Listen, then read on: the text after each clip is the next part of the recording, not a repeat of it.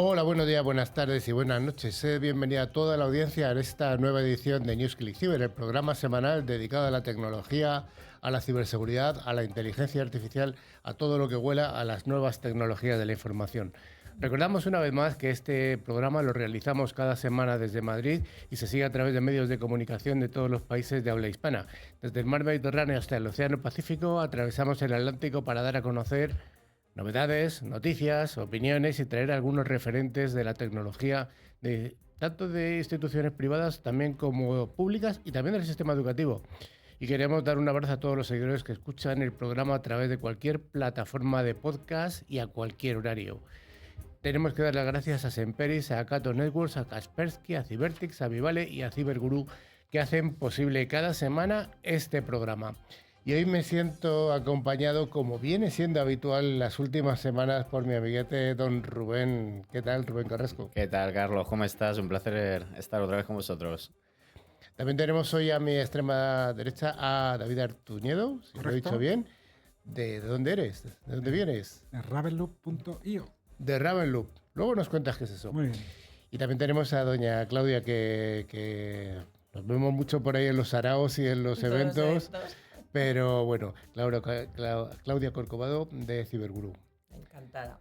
Pues nada, bienvenida y acércate al micrófono para que se te escuche potente y fuerte. Fenomenal. Finalmente estoy yo, Carlos Lillo, y os proponemos que nos acompañéis hasta el final del programa. Don Rubén, ¿qué vamos a tener hoy?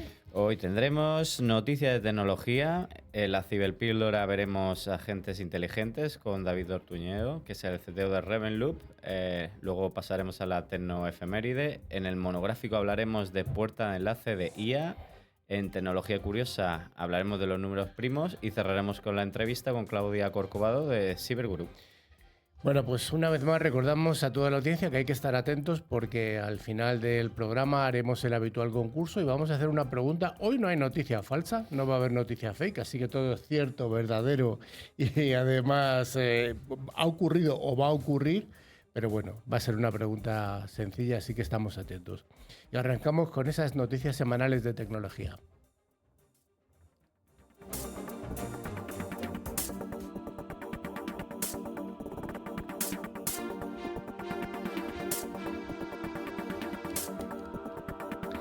Bueno, pues empezamos la sección de noticias de tecnología gracias a Cybertix, empresa especializada en la protección de las pymes. De este modo, Cybertix ayuda a estas empresas medianas y pequeñas con medidas avanzadas de ciberseguridad.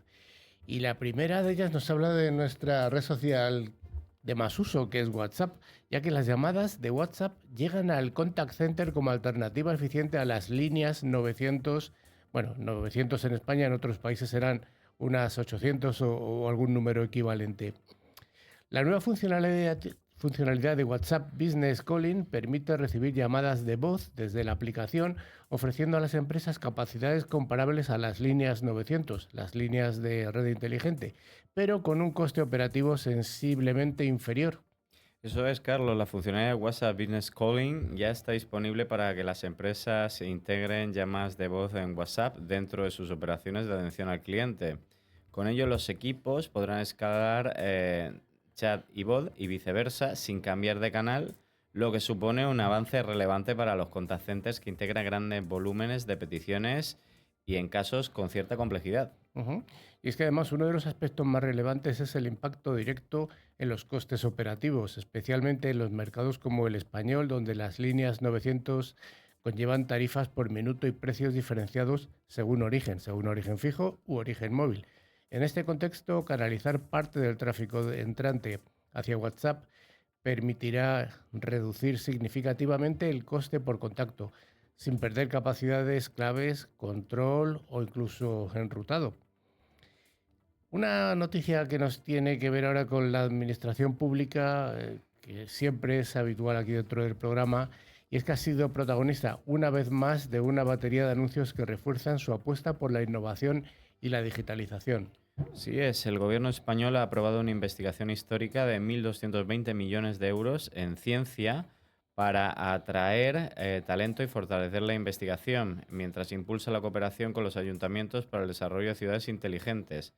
Además, presenta Red IA Salud con 50 millones de destinatarios, a incorporar inteligencia artificial en hospitales, centros de investigación y lanza nuevas ayudas para consolidar el ecosistema tradicional de chips y economía del dato.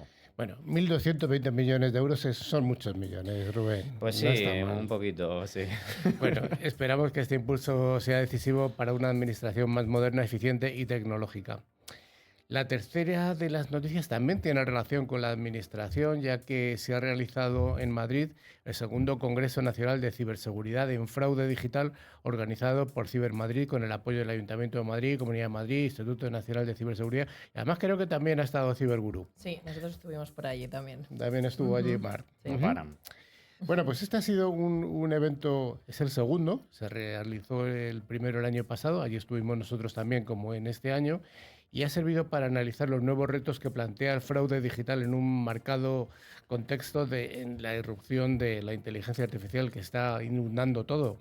Pues sí, como no, el segundo Congreso Nacional de Ciberseguridad en Fraude Digital analizó el impacto de la IA y la necesidad de una respuesta coordinada ante el aumento de fraude en un 27%. El Congreso ofreció una visión integral sobre la situación actual, combinando análisis legales, tecnológicos, estratégicos y también humanos. Si quieres empezamos, Rubén, por la evolución legal y los retos de la persecución del fraude digital. Pues sí, Carlos, el magistrado de la Audiencia Nacional, Eloy Velasco, ofreció una conferencia magistral sobre la clave, una conferencia magistral clave sobre la tipificación penal del fraude digital y los nuevos desafíos jurídicos que plantea la IA. Señaló que el 15% de la delincuencia ya es tecnológica y que 9 de cada 10 delitos de este tipo corresponden a fraudes digitales. Además, anticipó un cambio legal relevante, la distinción entre los términos estafa y fraude. Velasco subrayó que la ingeniería social se está sofisticando mediante el uso de la IA y que el sistema judicial asume ahora retos de gran envergadura como la incautación de criptoactivos. Hay un ejemplo que es que desde el 9 de octubre las entidades bancarias están obligadas a verificar que el nombre del beneficiario coincide con el IBAN antes de ejecutar una transferencia. Es una medida destinada a prevenir ataques del man in the middle, que lo hemos hablado muchas veces aquí dentro del programa lo que es.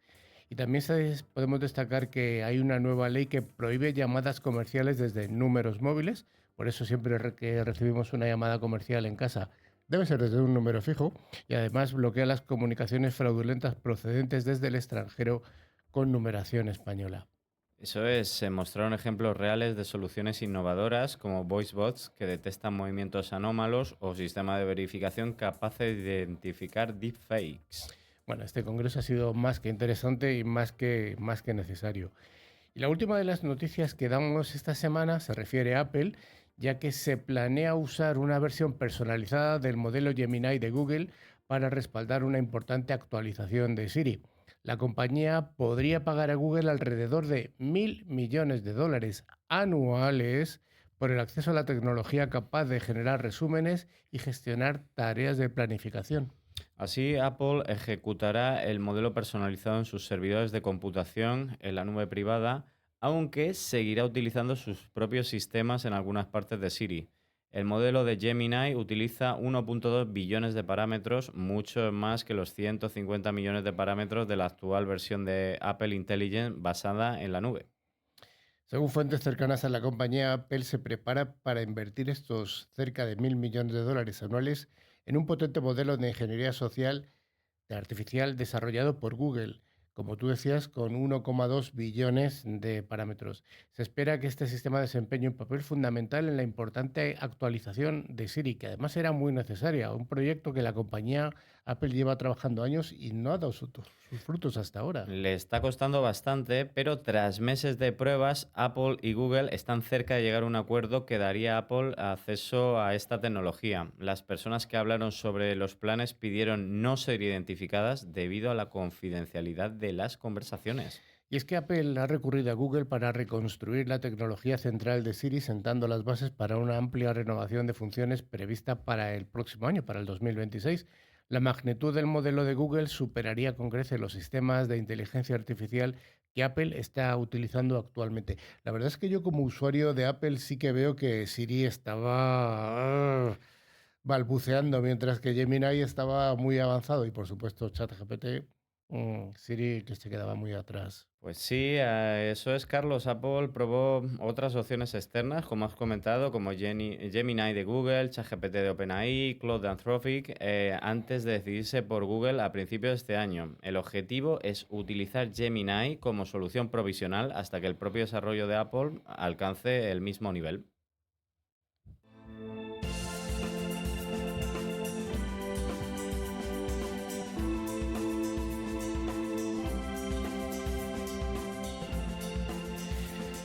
Cada semana nuestra ciberpíldora está patrocinada por Cato Networks, fabricante líder en soluciones ASE que aunan seguridad y comunicaciones en una misma plataforma cloud. En pocos años, Cato Networks se ha convertido en líder mundial en SASE con su red privada segura. Y hoy vamos a hablar de inteligencia artificial y ciberseguridad con David Artuñedo, que es el CTO de Ravenloop.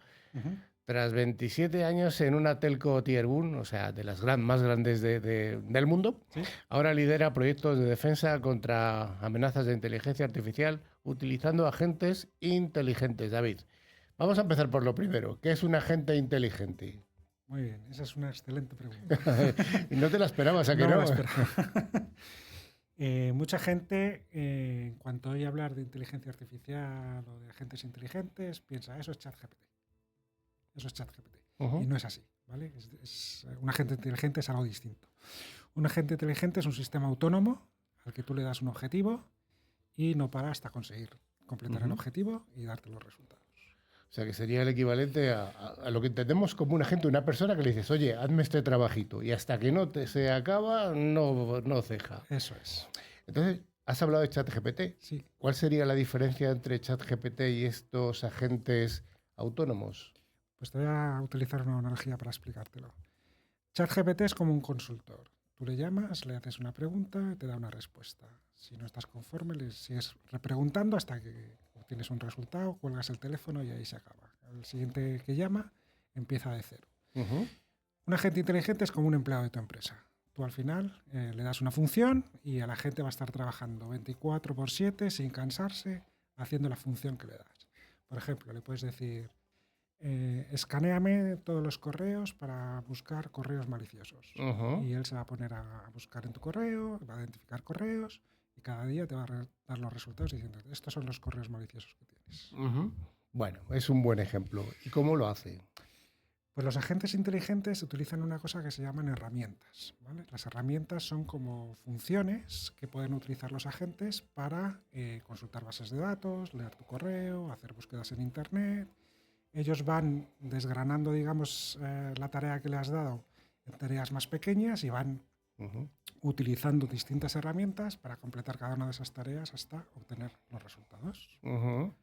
Es decir, por lo que me estás dando a entender, un agente inteligente es algo que es capaz de aprender. Correcto. Esa es una de las ventajas que tienen. Al final, el agente inteligente, a base de ir completando tareas, va metiendo esos resultados en su propia memoria, de tal forma que cada vez que tiene que repetir una tarea ya tiene información de lo que ha hecho previamente y por tanto es capaz de optimizar los resultados. O sea, es una máquina que trabaja sola. Básicamente. ¿Qué importancia tendrían los agentes inteligentes en el sector de la ciberseguridad? Pues por eso estamos aquí hoy, ¿no? Sí, por eso. A ver, los agentes inteligentes, como cualquier tecnología, depende del uso que le des. La puedes utilizar para hacer el bien o para hacer el mal, ¿vale?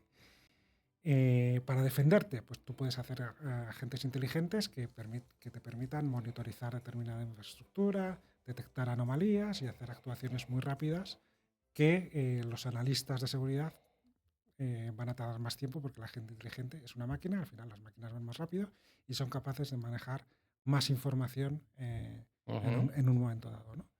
Pero también se pueden utilizar agentes inteligentes para coordinar ataques, para buscar vulnerabilidades, probar exploits, incluso coordinarse entre ellos, de forma que puedes tener equipos de hackers trabajando 24 horas por 7 y sin cansarse. Vale, o sea que se podría hacer un red team permanente, autónomo y vamos, persistente. ¿Algún otro ejemplo que se te ocurra?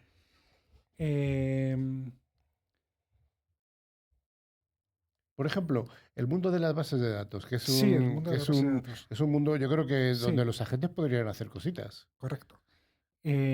Por ejemplo, tú tienes un sistema en el que tienes una serie de bases de datos y de repente hay un acceso desde un servidor que no es habitual que acceda a esa Ujú. base de datos, ¿vale?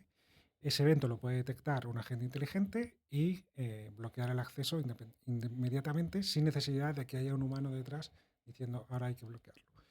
Es importante que esas acciones luego sí que tengan una supervisión humana, ¿vale? Es decir, el Ujú. agente inteligente puede tomar determinadas acciones, pero siempre tiene que haber un humano detrás controlando que lo que el agente inteligente está haciendo es correcto.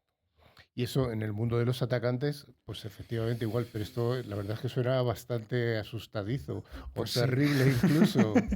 Sí, es un poco preocupante. Fíjate que hay estudios que demuestran que el 82% de los sistemas de inteligencia artificial tienen un sesgo distinto dependiendo de si la orden se la da a un humano o se la da otro sistema de inteligencia artificial. Es Ujú. decir, puede haber un agente malicioso que le diga a tu sistema, apaga determinadas alarmas. Y tu sistema, si viene de otro agente, no va a cuestionar esa orden, la va a Ajá. ejecutar. Ya. O sea, entonces habría que tener también algún sistema de engaño diferencial para agentes humanos y agentes artificiales Eso también. es. Ajá, ajá.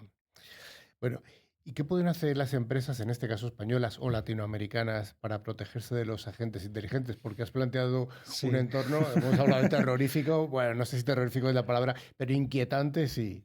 Bueno, pues la buena noticia es que no hay que utilizar una tecnología que venga del espacio, ¿vale? Tenemos Ujú. tecnologías a día de hoy que permiten proteger las empresas. La mayoría de los ataques vienen por negligencia. Sí, además aquí Claudia tiene mucho que Eso decir. es. Al final no todo el mundo tiene que tener acceso a la información sensible dentro de la empresa, no todos los servidores tienen que tener visibilidad sobre toda la infraestructura de la empresa. Yo te diría que hay que hacer un diseño de la seguridad en capas y ver en qué estado estás en cada una de las capas para tomar las acciones pertinentes. Sí, al final esas medidas que estás hablando que son de higiene digital y tienen que aplicarse en cualquier empresa, bueno, pues Ujú. hay un montón de capas a su vez dentro Eso es. de esa higiene digital. Eh, pero también supongo que habrá buenas noticias, ¿no? ¿O son todo así preocupantes en cuanto a los agentes? No, de hecho es una tecnología que ya se está utilizando. Gartner ha publicado un estudio reciente en el que el 40% de las grandes empresas ya están utilizando agentes inteligentes para el control de la seguridad. Ujú. ¿Cómo se estructura? Pues básicamente se pueden definir como tres capas. Ujú. Hay una capa de higiene básica en la Sí. que tienes que definir pues, quién tiene acceso a las cosas, qué permisos, etcétera, etcétera. Esto es bastante Bastante, gratuito, ¿no? O bastante sea, gratuito, bastante fácil de hacer y eso ya te bloquea el 70% digamos, de los ataques. ¿Vale? vayamos a la segunda capa. La segunda capa es una capa de arquitectura, digamos, en la que tienes que definir, pues hacer segmentación de red, etcétera, etcétera. Al final, si tú abres una puerta, tienes que decidir si das acceso a una habitación o das acceso a toda la casa. Ujú. Y si detectas un comportamiento anómalo, lo que tienes que hacer es bloquearlo enseguida antes de que cause cualquier daño. Ujú. Entiendo que técnicas de microsegmentación serían aquí muy útiles. Sí. ¿Y la tercera? Y la tercera sería ya incluir agentes inteligentes que permitan monitorizar tus sistemas y actuar preventivamente antes de que se cause ningún daño con supervisión humana, como hemos dicho. Bueno, tú vienes de Ravenloop. Sí, Entiendo que tenéis alguna solución aquí maravillosa para esto, ¿no?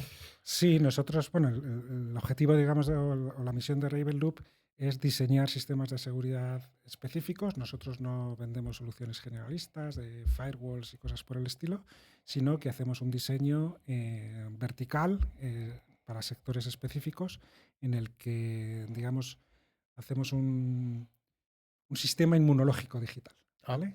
Eh, Tenemos que entender cuál es el negocio, cuál es la información sensible, cuáles son los comportamientos anómalos y para ello diseñar la solución específica que proteja las infraestructuras críticas. entiendo que será por lo que dices tú, ¿no? Porque no todas las empresas, no todas las arquitecturas son iguales. Exactamente, las necesidades de un banco son distintas de las de un hospital o de las de una compañía energética, por lo tanto hay que aplicar recetas distintas a cada caso. Entonces, ¿vuestro enfoque cuál sería? Nosotros ahora mismo estamos focalizados en el sector de la defensa. el sector defensa, ¿no? Ese es vuestro fuerte. Correcto. Bueno, decir que Ravenloop es una empresa, ¿de dónde? Estamos en San Sebastián de los Reyes. Pues española. Española. Y nada, es una empresa joven con mucho talento y que esperamos tener mucho éxito. Seguro que sí. Bueno, pues muchas gracias, David, por habernos acompañado en este espacio.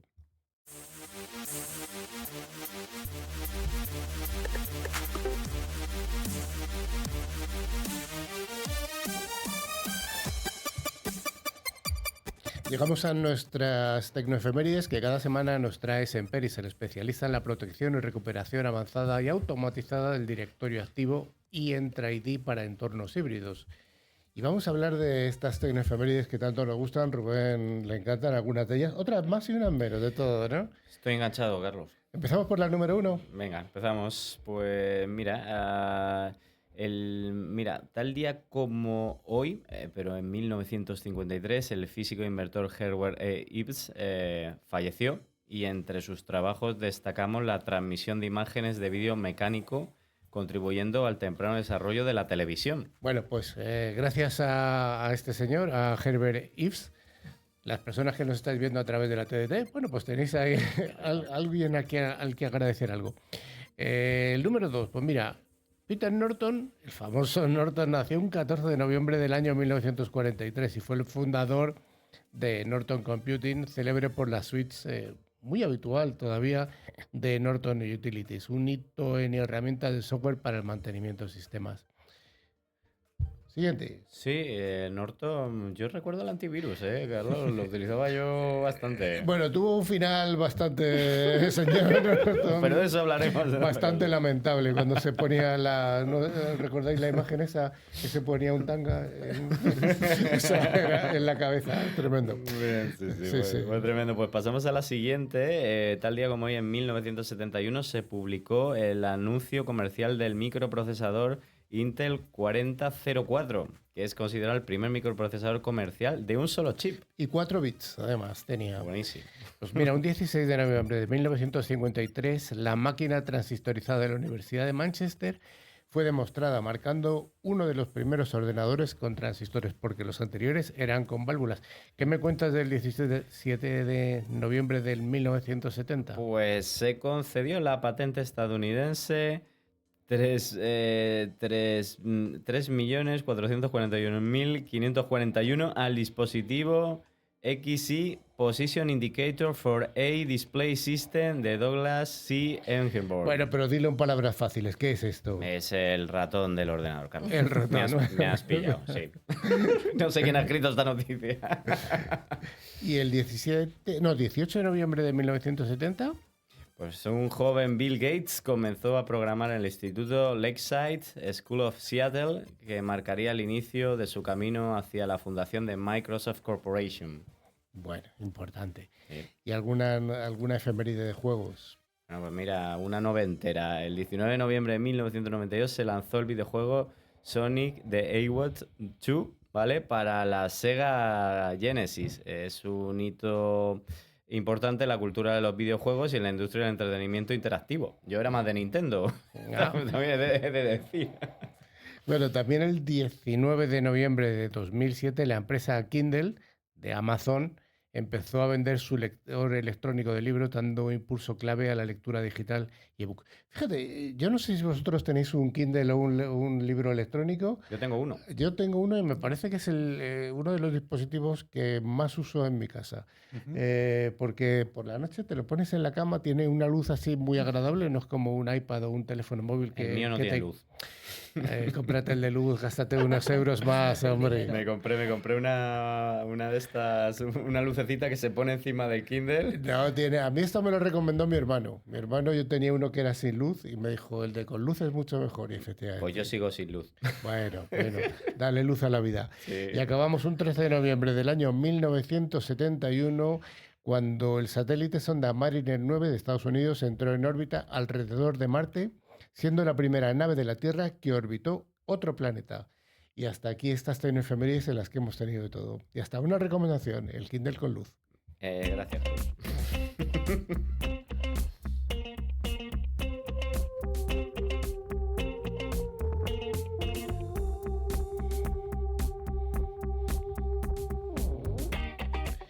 Y una vez más os ofrecemos nuestro monográfico semanal de la mano de Cyberguru, fabricante europeo que se focaliza en la protección del eslabón más débil de cualquier infraestructura de ciberseguridad. La concienciación de los recursos humanos es el objetivo que cubre Cyberguru con su amplio abanico de soluciones. Y hoy vamos a hablar de la torre de control de la inteligencia artificial, las IA Gateways.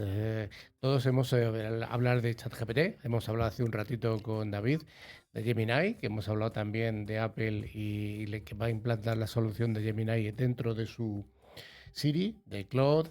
Es decir, la explosión de modelos de inteligencia artificial es un hecho realmente.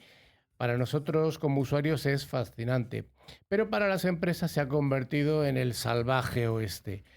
Cientos de desarrolladores, miles diría yo, y empleados conectándose a docenas de servicios de inteligencia artificial distintos, sin control de costes y, lo que es aún peor, enviando datos sensibles de la compañía a servidores externos. Es decir, esto es un caos. Y para solucionar este caos ha nacido una nueva pieza de software fundamental, la puerta de enlace de inteligencia artificial o IA Gateway. Esto no estamos hablando de una película de ciencia ficción. No, esto se puede utilizar y de hecho ya se está utilizando, pero me gusta explicarlo como si pensáramos en una torre de control para el tráfico de datos. Es decir, en lugar de tener 100 pistas de aterrizaje sin vigilancia, una para cada tipo de IA, la empresa instala una única torre de control centralizada que vamos a llamar IA Gateway, y a partir de ese momento cualquier empleado o aplicación que quiera hablar con cualquier IA debe pasar primero por ese checkpoint y ya no se va a conectar directamente a la IA, sino que va a pasar por el gateway y el gateway va a gestionar el tráfico, la ruta y la seguridad. Es decir, que la primera función sería un gobierno, una gobernanza y la seguridad de los datos. Sí, es como una API Manager, pero para IA. Ujú. Y aquí es donde la torre de control se vuelve imprescindible, ¿no? Pues así es, se vuelve imprescindible porque antes de que una petición, por ejemplo, un prompt salga de una empresa, el gateway lo va a inspeccionar. Es decir, imagínate que un empleado intenta resumir un informe que contiene datos sensibles de clientes. Pues el IA Gateway puede detectar y eliminar automáticamente los nombres, los DNIs, los números de las tarjetas de crédito y toda esa información sensible antes de que se envíe al modelo de IA externo. También va a gestionar quién puede usar esos modelos, cuánto pueden gastar y registra absolutamente todo lo que se pregunta, y evitando así fugas de información y sorpresas en las facturas, que Sí, suelen ser porque incómodas. las sorpresas pueden ser interesantes. La segunda función, quizá la más potente, sea la de la independencia del modelo, el de LLM. Sí, eso es. Al pasar todo por la gateway, la empresa deja de ser prisionera de un solo modelo de IA. Si, por ejemplo, un modelo GPT-4 de OpenAI está caído o se vuelve demasiado caro, el administrador del gateway puede, con un solo clic, redirigir automáticamente todas las peticiones a un modelo de la competencia, como en este caso pueden ser Claude 3 o Gemini, y el empleado no se va a enterar, es transparente. La aplicación sigue funcionando sin cambiar una sola línea de código, y esto permite a la empresa usar siempre el modelo más barato y eficiente para cada tipo de tarea. La verdad es que me parece bastante interesante, ¿eh? Me parece algo interesante. ¿Ya se ofrece esta tecnología en el mercado?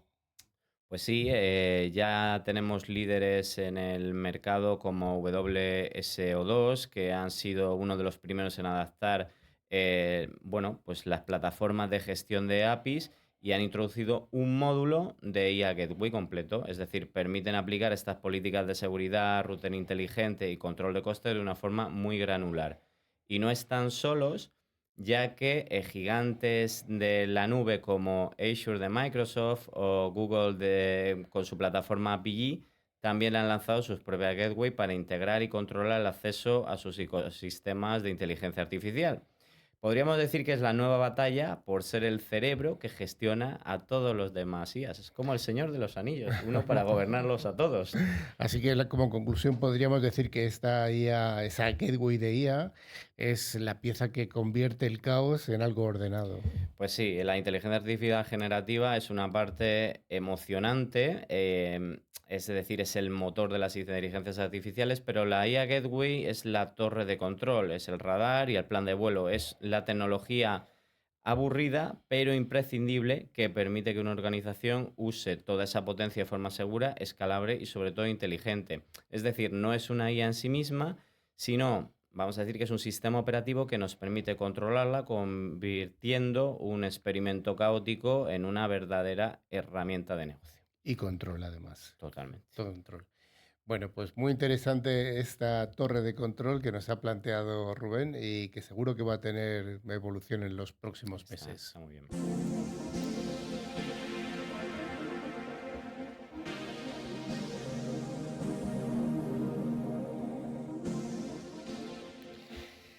Bueno, pues llegamos a la tecnología curiosa que viene de la mano de Vivali, que aspira a convertirse en el distribuidor de referencia del mercado de soluciones avanzadas gracias a una amplia gama de tecnologías que se ofrecen en modelos on-premise o como servicio.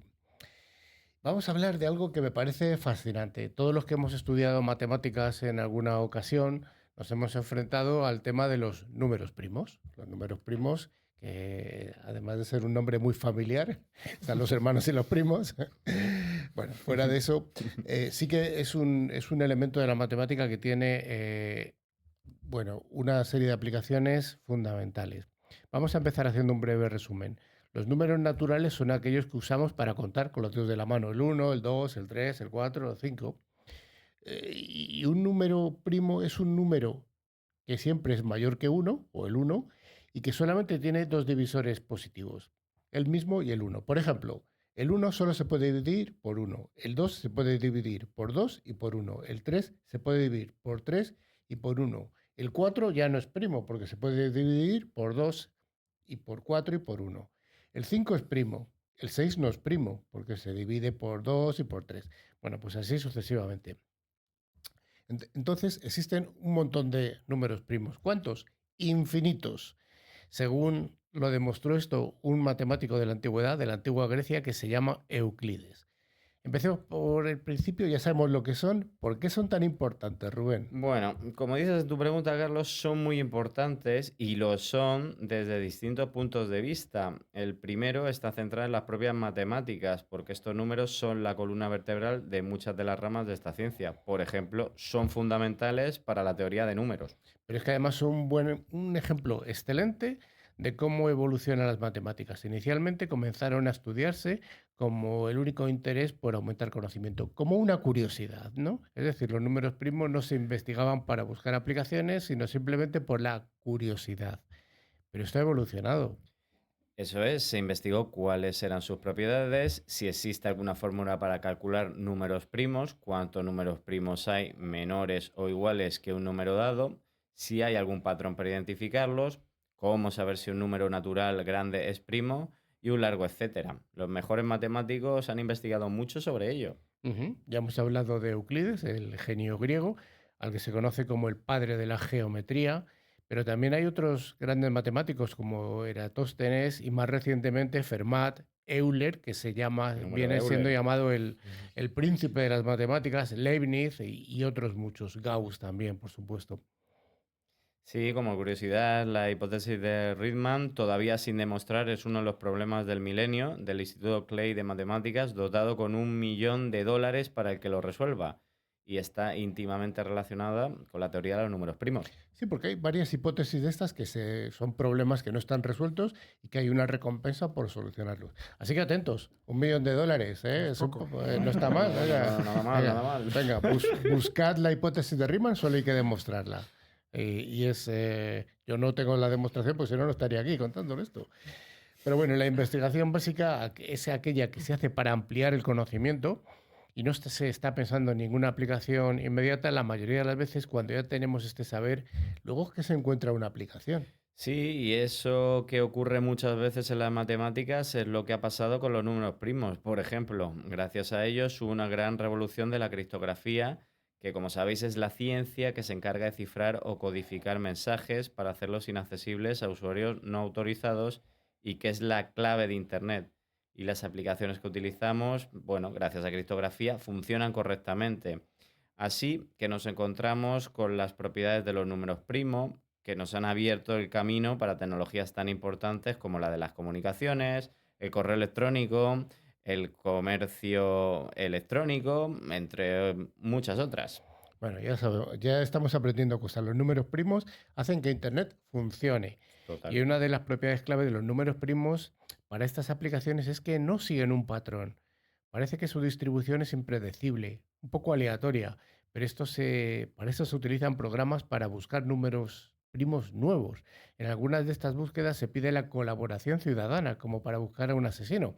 Es decir, cualquier persona puede prestar su ordenador para que se utilice junto con otros miles o cientos de miles de ordenadores que están trabajando simultáneamente en todo el mundo en la búsqueda de números primos. La granja de servidores, y es que el número primo con más dígitos que se ha encontrado hasta ahora tiene más de 41 millones de dígitos y se halló gracias a uno de esos programas de colaboración ciudadana en los que participan personas voluntarias de todos los países.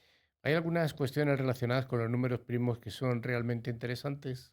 Sí, por ejemplo, yo trabajo con modelos de poblaciones y resulta que en el estudio de poblaciones aparecen números primos de ciertos ciclos de insectos. Existen algunas cigarras que tienen ciclos vitales de 13 o 17 años, que son dos números primos.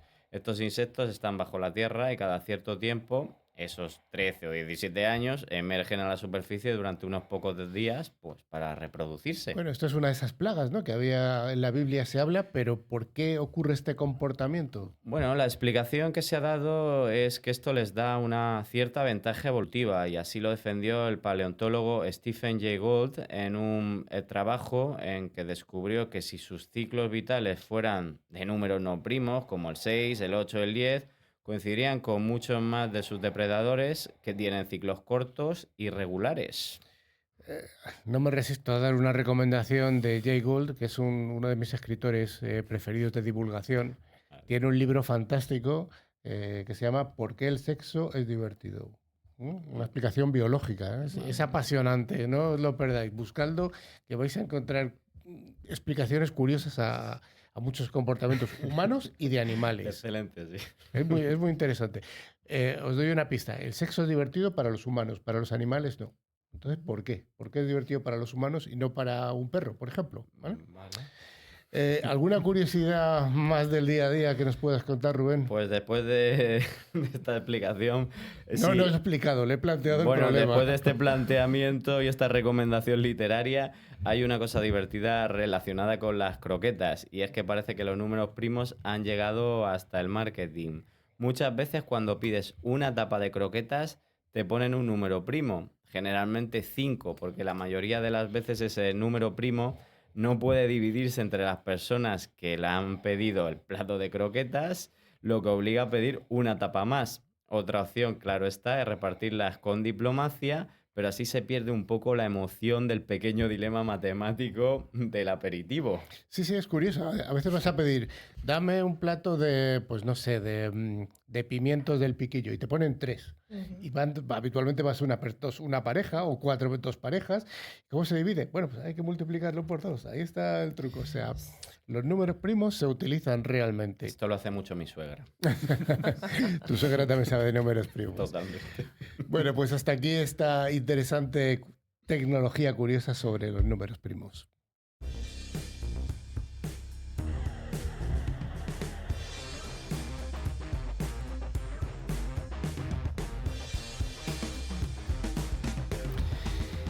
Decíamos al principio del programa que tenemos aquí en el estudio a una compañera de sector, a Claudia Corcovado, que eres la qué. ¿Qué eres? ¿Qué? Soy la marketing manager de Ciberguru La para marketing- España y LATAM también. Y la TAM. Ujú, Bueno, eso si es. quieres, empezamos hablando un poco de Ciberguru. ¿Qué es Ciberguru? ¿De dónde es esta empresa? Pues la empresa es italiana. Ciberguru es una empresa italiana que Ajá. se dedica 100% a la concienciación en ciberseguridad. Concienciación y formación en ciberseguridad, pero centrada en las personas. No hacemos formación técnica. Al final de lo que tratamos es de cambiar ese comportamiento humano, tratar de cambiar, pues oye, ese eslabón más débil. Es un mensaje que está muy manido, pero es la realidad. Cambiar, transformar ese eslabón más débil en la primera línea de defensa. Ayudar a las empresas a que sus propios empleados sean pues los primeros defensores. Sí, Al ya lo hemos final, apuntado hemos antes, estado ¿no? Le hablando, hemos apuntado eso que es la primera la Ujú. primerísima línea de defensa, ¿no? Como decíamos Ujú. antes, el eslabón más débil, ¿no? Hablas también de cultura de ciberseguridad, ¿no? ¿A qué nos referimos exactamente y por qué es tan importante que una organización tenga esta cultura? Pues al final nosotros nos referimos a la seguridad, a que forme parte del día a día de todas las organizaciones, o sea, que no sea algo aislado, que no sea algo solo del equipo de IT. Es decir, que todos nosotros en nuestras empresas, pues oye, que tratemos la seguridad como algo más, como algo que esté súper en nuestro día a día, básicamente. O sea, al final es la suma de las decisiones que tomamos todos nosotros pues a la hora de abrir un correo, de hacer clic en un enlace, de usar una contraseña. Hay marcos, por ejemplo, como el NIST, que insisten justamente en esto, es que al final la seguridad no es solo tecnología, es la gestión del riesgo a nivel O empresarial. sea, Con la lo cual, cultura es que no pienses algo, sino que simplemente lo tengas interiorizado y digas, salgo de casa, cierro con llave. Ya eso está, es, no tienes que eso es, pensarlo, lo eso haces y ya es, está. eso Ujú. es. ¿Y qué papel juega la formación continua en esta prevención de incidentes de ciberseguridad?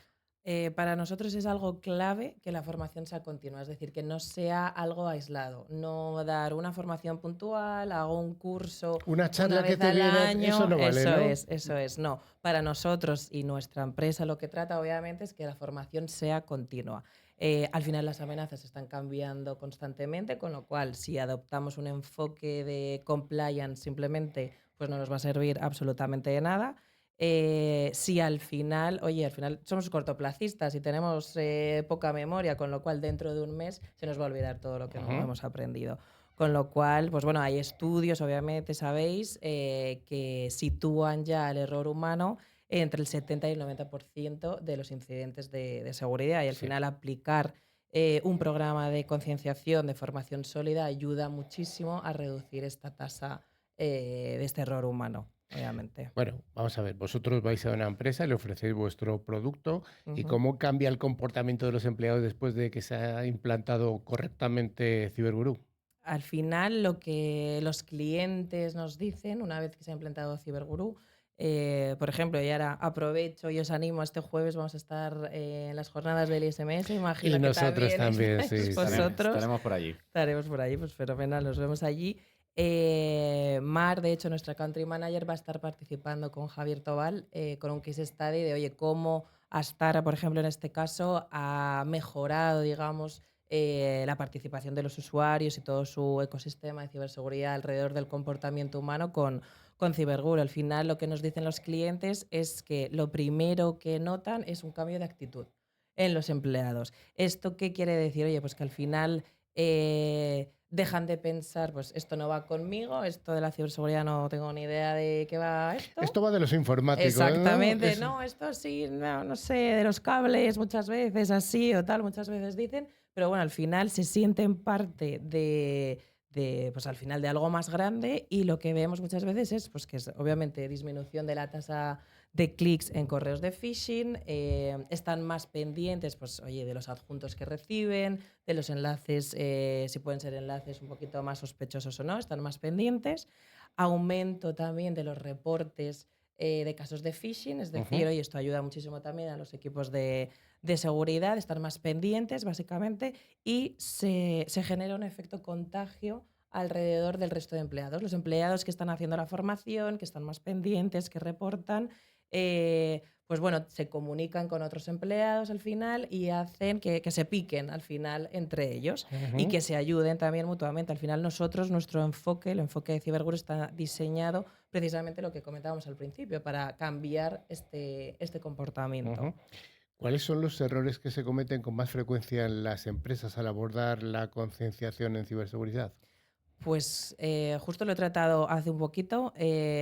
Muchas empresas tratan la concienciación como un mero check. Es decir, oye, lo que hemos hablado, hago una formación, hago un curso anual, porque a nivel compliance esto es lo que me piden y ya está. Pero la evidencia que muestra, pues que al final este tipo de formaciones aisladas, el impacto que tiene es muy bajito. No sirve Ujú. absolutamente de nada. Te estás gastando el dinero en hacer una formación y la estás desaprovechando totalmente. Otros errores que vemos, ¿cuáles son? Pues centrarse solamente en la tecnología. Empresas que gastan o que tienen presupuestos altísimos en un mega firewall, Mm. en un DLP súper potente y al final no destinan ese mismo presupuesto o esas cantidades, obviamente, o con la misma intensidad en reducir el riesgo asociado al error humano Y por último también pues vemos que hay muchas empresas que adoptan un enfoque punitivo de castigo, es decir, al empleado que cae en una simulación de phishing, es decir, El bueno, palo, es que ¿no? literalmente, o sea, eso incluso les llegan a despedir. O sea, conocemos casos en los que si caes más de 3 veces en una simulación de phishing estás automáticamente despedido. Yo creo que Eh, funcionamos mejor la gente con premios que con Eso es, castigos. o sea, y de lo que se trata, y nosotros el enfoque que tenemos es de refuerzo. Oye, has caído, no pasa nada, formación continua, como venimos hablando, y refuerzo positivo. Al final, las métricas también lo demuestran. Cuanto más formación hagamos, pues muchísimo mejor va a mejorar los resultados al final de la empresa. Ujú. Bien, establecemos un programa con vosotros, bueno, una empresa, ¿y cómo se mide que eso esté funcionando? Pues al final lo que tenemos que ver es si ese comportamiento realmente está cambiando. Es decir, no solo centrarnos o mirar en la asistencia de esos de los empleados, si están haciendo o no la formación, que también, obviamente, pero ver si, oye, cómo ha sido su evolución a lo largo de todas las campañas que estamos haciendo, de phishing, de smishing, de vishing, obviamente. O sea, hay que ir viendo cómo va evolucionando desde un primer estadio inicial, una primera auditoría, por ejemplo, Ujú, podemos hacer, cómo se ha ido desarrollando y cómo ha finalizado pues, esa simulación que hayamos hecho. La tasa de correos sospechosos que se hayan reportado, vamos viendo, ujú. oye, al principio no reportaba casi nadie, ahora estamos viendo que están reportando cada vez más la gente, la participación y la finalización, obviamente, también de la formación que estamos haciendo y cómo vemos o cómo el equipo de seguridad está viendo una reducción de incidentes ligados al error humano al final. Yo creo que debemos de adaptar pues, esos resultados que estamos teniendo al programa como tal. Es decir, oye, vemos que hay un colectivo que falla más o hay un colectivo de riesgo, pues vamos a ir adaptando. Si necesitamos hacer una formación específica a ellos, se hace. Si necesitamos hacer una campaña específica a ellos, se hace también. Y bueno, ir adaptando, ir jugando Ujú. con el programa al final. Hemos hablado de inteligencia artificial también. También me gustaría preguntarte, esto está cambiando todo, porque los atacantes, nos contaba antes David, que están cambiando su forma de atacar. ¿Y también cambiaría la forma en la que nos defendemos? Claro, o sea, lo hemos estado hablando también en el lado del ataque, obviamente, pues la inteligencia artificial que nos está permitiendo a nivel de concienciación también lo que estamos viendo para ayudar a ese usuario. Correos de phishing perfectos, sin ningún tipo de falta de ortografía, en cualquier idioma, clonar voces, obviamente, es ataques de phishing, de deepfakes súper currados y súper Mm, creíbles. Eso hace, obviamente, que sea más difícil distinguir lo que es legítimo de lo que no es. Y del lado de la defensa, obviamente, la inteligencia artificial, ¿en qué nos está ayudando? En detectar patrones anómalos, correlacionar esas señales y automatizar las respuestas. Pero al final, la inteligencia artificial hay algo que no puede sustituir y al final es el pensamiento crítico, ¿no? De cada uno de nosotros. Un sistema puede bloquear mucho, pero al final una persona puede entregar las credenciales porque, oye, me ha llamado alguien que parecía de confianza ujú. y se las he dado. O sea, al final, las preguntas básicas siguen siendo las mismas. ¿Por qué me está llamando por este canal o me está escribiendo por este canal? ¿Esta persona la conozco, no la conozco? ¿Quién me pide esto? ¿Para qué? ¿Con qué finalidad? Claudia, tengo más preguntas, pero es que no tengo más tiempo, No así que pasa te nada. voy a emplazar a que vengas a partir del Fenomenal. 2026 a que me contestes a estas preguntas que tengo y algunas más que se me van a ocurrir. Así que Fenomenal, muchas perfecto. gracias por haber estado con nosotros, Gracias. Claudia. Pues llegamos al final del programa, donde tenemos el concurso, esta musiquita que nos abre ya el concurso. Ay, ay, ay, ay. Bueno, pues cada semana sorteamos 2 licencias de antivirus de Kaspersky, cada una válidas para cuatro dispositivos que pueden ser móviles, tablets u ordenadores. Y lo primero, Rubén, ¿tenemos ganadores de la semana pasada? Pues sí, quedarse hasta el final tiene premio. Y los dos ganadores de la semana pasada fueron Benito Luján de Madrid, España, y Flores Mamani de La Paz, Bolivia. Cada uno de ellos recibirá su regalo a través de correo electrónico. Enhorabuena. Bueno, ¿y la pregunta de esta semana, se te ocurre alguna fácil? Eh, Se lo dejo a los invitados, Carlos. ¿Alguna pregunta que se os ocurra fácil y difícil? Venga, voy a hacerla yo fácil. Hazla tú, venga. Venga, muy fácil. Decidnos las 2 empresas de los que han venido nuestros invitados de hoy. Es muy fácil. Eso. Y para enviar un correo, para concursar, enviar un correo a info@clickciber.com indicando esta respuesta. Recordamos que debéis indicar vuestra localidad y país de origen. Y nada más, mucha suerte. Y ya sí que sí, Rubén, estamos llegando al final del programa. Sí, como siempre, recordaros que todos los programas anteriores los tenéis en todas las plataformas de podcast. Solo tenéis que buscar la palabra clave ClickCiber y además también recomendamos visitar nuestra web clickciber.com. Pues ya sí que sí. Nos vamos a despedir. Rubén. Placer. David de Ravenloop. Correcto. Claudia de Ciberguru. All right. Y Carlos Lillo. Bueno, pues nada, nos vemos y nos escuchamos aquí en 7 días. Hasta la semana que viene. Adiós. Adiós.